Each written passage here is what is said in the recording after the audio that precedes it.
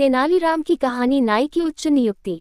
यदि आप मेरी चैनल में नए हो तो मेरी चैनल को सब्सक्राइब करें, शेयर करें और लाइक करें।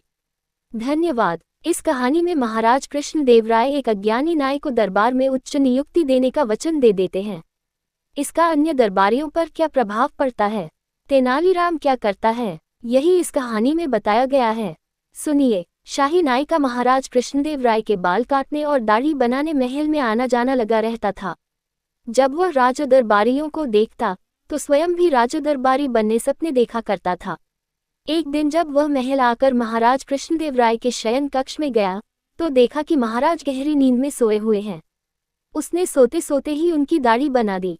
महाराज जब उठे और देखा कि उनकी दाढ़ी बनी हुई है तो बहुत प्रसन्न हुए और उन्होंने नाई को बुलवाकर कहा, हम तुम्हारे काम से अति प्रसन्न हैं। मांगो, क्या मांगते हो? आज हम तुम्हारी हर इच्छा पूरी करेंगे। नाई तो ऐसे ही किसी अफसर की ताक में था। वह हाथ जोड़कर बोला, महाराज, यदि आप मेरी कोई इच्छा पूरी करना चाहते हैं तो मुझे अपना दरबारी बना लीजिए, क्योंकि मेरी आपका दरबारी बनने की इच्छा है।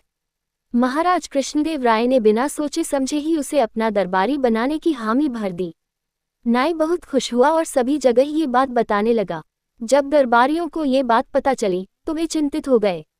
नाई को दरबार के कार्यों की कोई जानकारी नहीं थी। वैसे अज्ञानी व्यक्ति को दरबारी बनाना राज्य के कार्यों पर विपरीत प्रभाव डाल सकता था। दरबारी ये बात समझते थे, लेकिन महाराज से कौन कहता? किसी में ये कहने का साहस नहीं था। वे सभी तेनालीराम के पास गए और उसे सारी बात बताकर इस समस्या का कोई हल निकालने को कहा। तेनालीराम ने उन्हें आश्वासन देकर वापस भेज दिया।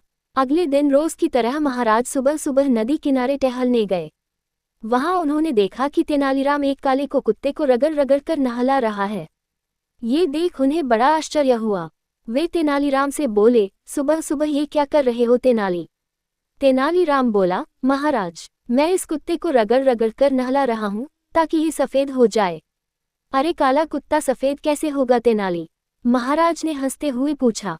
महाराज, जब एक अयोग्य व्यक्ति राजदरबारी बन सकता है तो काला कुत्ता भी सफेद हो सकता है। तेनालीराम ने उत्तर दिया। महाराज समझ गए कि तेनालीराम का इशारा किस ओर है। उन्होंने नाई को राजदरबारी न बनाकर वही स्थान दिया जिसके लिए वह उपयुक्त था। पूरी कहानी सुनने के लिए धन्यवाद।